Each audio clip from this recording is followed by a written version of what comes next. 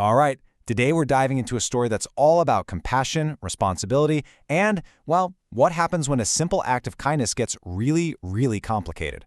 It all starts with a totally normal morning that, believe me, quickly becomes anything but. So let me ask you this. Picture it. You see a wild animal and you can tell it's in big trouble. What's your gut reaction? Do you jump in? Do you call for help? Or do you, just keep walking? That's the exact dilemma that kicks off this whole story. So let's get into it. So our story starts with someone who pretty regularly leaves out some nuts for the local squirrels. A nice little routine. But on this one particular morning, one of the usual furry visitors was acting different. Like, really different. And the difference was just stark. I mean, usually a squirrel snags a nut and is gone in a flash, right? This little guy wasn't. It was struggling to breathe, its face was all swollen, and its fur was just matted and wet. This wasn't just a squirrel having a bad day. This animal was in serious, serious trouble. And this, right here, is the moment everything pivots. Instead of bolting, the squirrel just stayed. The person who found it felt like the animal was looking right at them, almost pleading for help. It was this really powerful, unspoken connection that set the entire rescue mission in motion. Okay, so that connection is made and our hero decides to spring into action. But as you can imagine, trying to help a wild animal is never quite as straightforward as it seems. This is where good intentions meet a very, chaotic reality. The plan seemed simple enough at first. Get a box, put a soft towel in there, some almonds, some water, create a little squirrel recovery room. But then came the tricky part, actually catching it.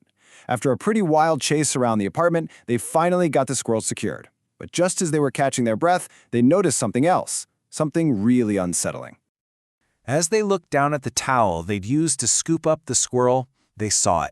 It was covered in tiny, crawling bugs. The poor, sick animal had brought some very unwanted guests along with it. Turns out, what they were seeing was squirrel lice. Now, the good news is, these things are host-specific, which means they're no threat to people. Phew. But the bad news? Seeing that many of them is a huge red flag. It's a sign that the squirrel's immune system was already completely tanked. So the squirrel is now safe in a box, the bug situation is managed, and our rescuer is feeling hopeful. They think, okay, I've given this little guy a fighting chance. But this is where the story takes a sudden and just gut-wrenching turn. The day started with so much hope, right? The squirrel was rescued, it was safe, animal control was called to get it to professionals, our heroes just waiting by the phone all day hoping and praying for good news. But the call that finally came was absolutely not what they were expecting. And there it is, the devastating update. Animal control had assessed the squirrel and made the tough call to euthanize it. The rescuer was just crushed. They were hit with this massive wave of guilt and regret, wondering if they'd done the right thing at all or if they had somehow failed this little animal they tried so hard to save. Feeling just awful, the rescuers shared their story online, not really knowing what to expect.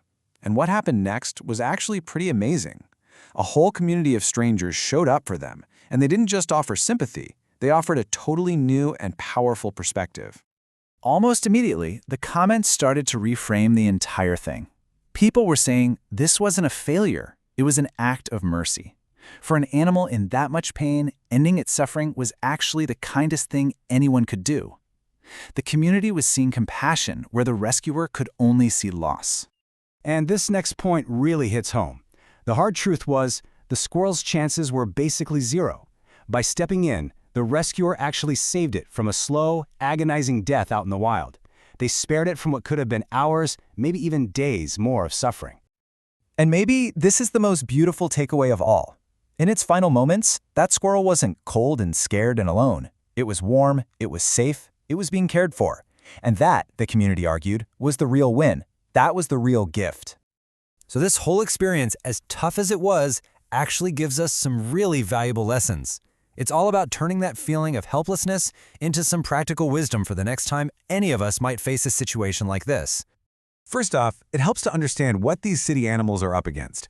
Urban wildlife has a rough go of it. Mange, infections, parasites, these things are super common, especially when things like stress and bad diets weaken their immune systems.